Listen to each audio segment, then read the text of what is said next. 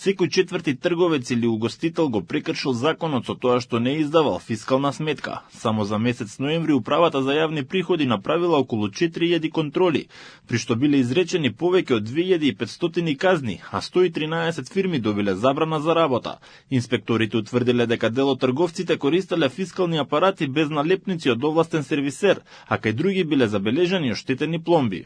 Фактот дека секоја четврта контрола завршува со утврдена неправилност во делот на неиздавање фискални сметки укажува на широка појава на неевидентирање на готовинскиот промет. Во поширок контекст овој факт укажува и на користење на неевидентираниот промет за плаќање во готовина меѓу фирми и исплата на плати во плик, практики кои се спротивни на законот и представуваат облици на сивата економија, создаваат нелојална конкуренција и предизвикуваат загуби за буџетот. Пред отпочнување со подеталните контроли и изрекувањето на санкциите, од УЈП вела дека спровеле обемен процес на соодветни активности и канцелариски анализи со цел да се согледа однесувањето на даночните обврзници и нивото на усогласено со законските прописи.